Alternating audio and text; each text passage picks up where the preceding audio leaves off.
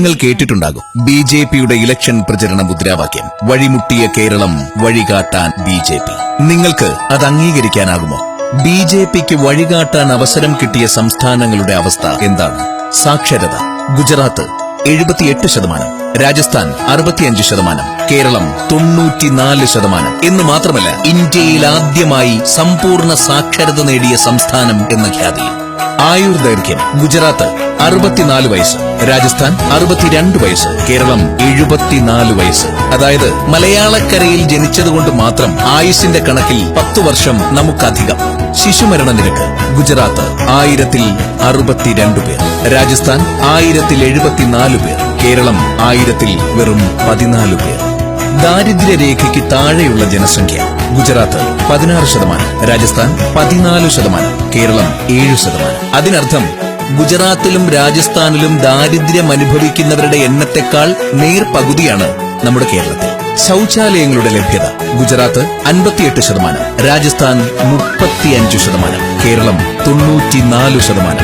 ഈ നേട്ടം ഇന്ത്യയിലെ മറ്റൊരു സംസ്ഥാനത്തിനും അവകാശപ്പെടാനാകില്ല എന്നതും നമ്മുടെ നേട്ടമാണ്. ആശുപത്രിയിലെ ജനന നിരക്ക്: ഗുജറാത്ത് 58%, രാജസ്ഥാൻ 32%, കേരളം 100%. കേരളത്തിൽ ജനിക്കുന്ന ഓരോ കുഞ്ഞും ആശുപത്രികളിലാണ് പിറന്നു വീഴുന്നത്.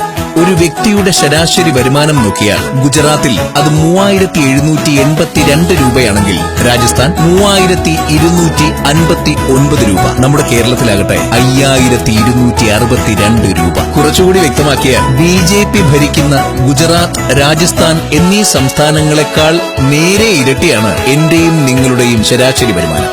വീടില്ലാത്തവരുടെ എണ്ണം: ഗുജറാത്തിൽ 1,44,306, രാജസ്ഥാനിൽ 1,84,544, കേരളത്തിലാകട്ടെ 11,853 പേർ മാത്രം. ഗ്രാമങ്ങളിലെ വൈദ്യുതിയുടെ ലഭ്യത: ഗുജറാത്തിൽ 85%, രാജസ്ഥാൻ 63.3%, കേരളം 92.1%.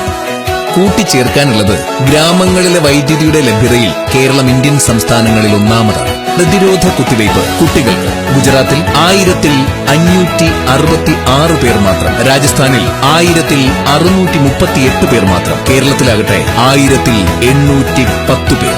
മാനവ വികസന സൂചിക HDI: ഗുജറാത്ത് 12ാം സ്ഥാനം, രാജസ്ഥാൻ 17ാം സ്ഥാനം, കേരളം 1ാം സ്ഥാനം.